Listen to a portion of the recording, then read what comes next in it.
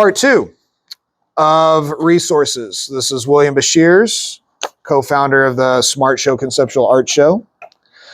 Part 1, we talked about artists that we use that are conceptual artists that are great points to introduce kids to thinking about art in a different way and actually inspire other types of art.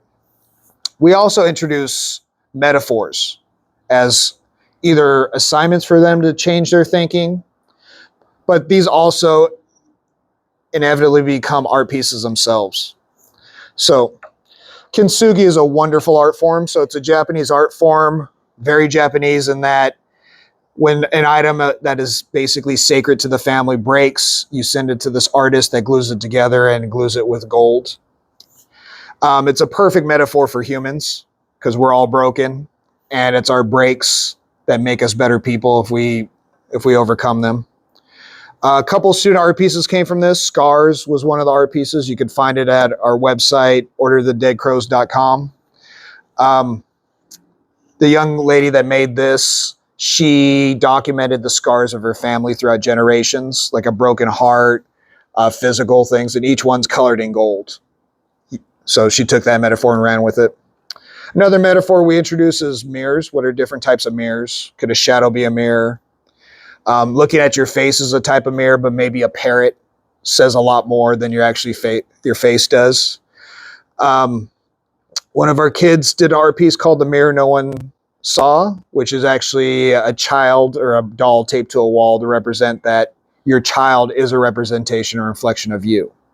So it was a pretty intense criticism of parenting by a fourth grader. We also go over the metaphor of masks. What's a mask?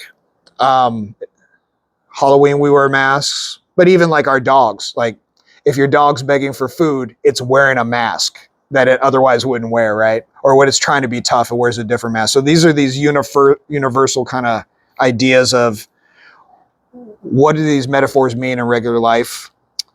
One of our kids did an art piece called Masked with Beauty, where she actually painted a picture using makeup and using that to ask the question of, is makeup a type of mask? Are you hiding or are you expressing yourself? Who is basically asked to wear makeup and who is not?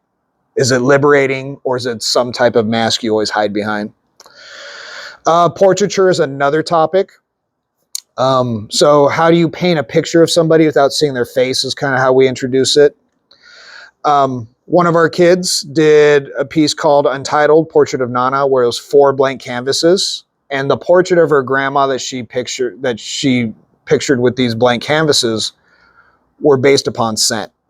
So it was the peppermint candy she ate. It was Vicks Vapor Rub that she always had on. And it becomes this nostalgic art piece. Like, I don't know what her grandma looks like, but it just brings you back to your own grandma. Other metaphors we use, I would go into piñatas. Wonderful exercise on what the different components mean, breaking it open, the violence involved, kind of the jackal just swarming on the candy component. What's on the inside? What does a stick represent? What does a blindfold represent? Memento mori, the Stoic philosophy of remember death. We have quite a lot of kids, at least over our years, deal a lot with mourning and death. So their relationship with death and using death as a measure of measuring life. Expiration date is an art piece that one of our kids did where you predict your death based upon your behaviors. It was really interesting because some people wouldn't even fill out the art form. It was just a worksheet because they didn't want to confront their habits, right, or their mortality. Often a blank canvas has a lot of art involved.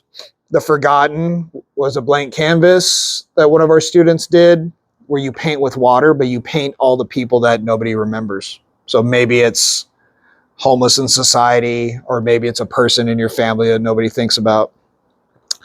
We've done some group art pieces as well. As a class, we did experimentation in an art piece called Entropy, which was basically like the game of telephone.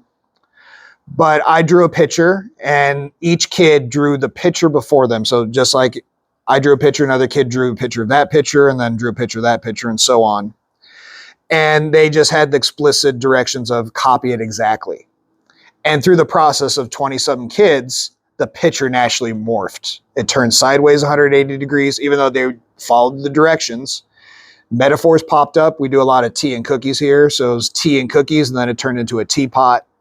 The art book turned into a computer. Like, just interesting study in how information is conveyed, right? And even like, what does gossiping mean? Maybe gossiping isn't always malicious.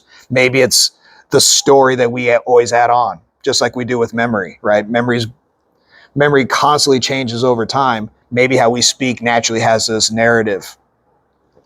So you can use art as experimentation. Think of it as the scientific method. Also, data and science, like Ai Weiwei did.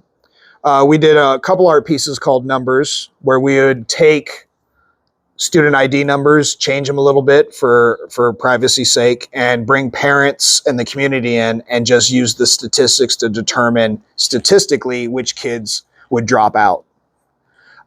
Very powerful art piece, because people love to crunch data in elementary school, but they rarely want to walk into a room and say, okay, based upon the poverty level of this class and based upon their third grade reading scores or how far they're behind, 33% of this class won't graduate. 10 of these kids. It's very hard because you see the kids. But it's a great community art piece because it forces everybody to see the honest truth and not just crunch data that ends up being meaningless. Quickly, some other tools we use. Music. We almost always start off with Coat of Many Colors by Dolly Parton, I'm a Rock by Simon and Garfunkel, Grass, a very powerful poem by Carl Sandburg.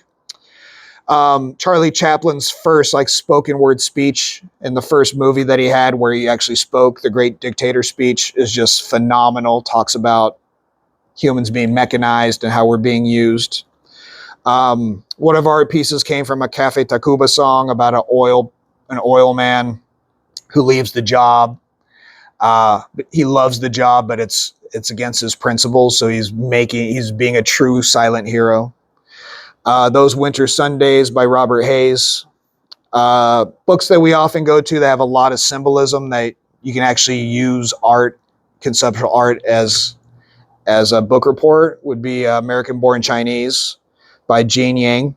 He got the MacArthur Genius Grant. It's a comic book. It's about race, but it's really not about race. It's about the racism that you swallow, the poison that you swallow. The Underneath by Kathy Appelt. Almost impossible book to describe. It's almost like 300 poems put together. And it's really about kittens in the most dangerous situation possible. They're in a swamp filled with these mythical, semi-mythical creatures, this moccasin that lives forever, a 100-foot alligator, this evil man that kills everything. And it's about kind of just your family is who you make it to be. Maybe my favorite book of all time in this genre for young kids, Esperanza Rising. It's basically Grapes of Wrath for Latino families coming from Mexico. Beautiful book, metaphors throughout. Higher end, more difficult reads. Oftentimes teachings right on that razor's edge. Studs Terkel was a wonderful oral historian. Why I Quit the Klan. It has to be edited because it has some bad language in it. But it's about how a Klansman, who was in his world a truly honorable Klansman, he took his hood off because he believed in what he believed in, actually had the most amazing character arc with his counterpart. And they became best friends. They were both attacked by their respective groups. She was African American. And it's just this beautiful story of how people can change. And it creates these larger issues of, is there forgiveness? Is there salvation?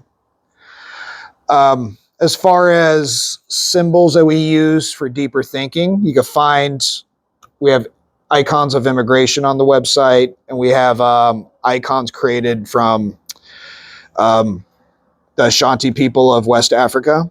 And we use those like Sankofa, you must understand your past to understand your future.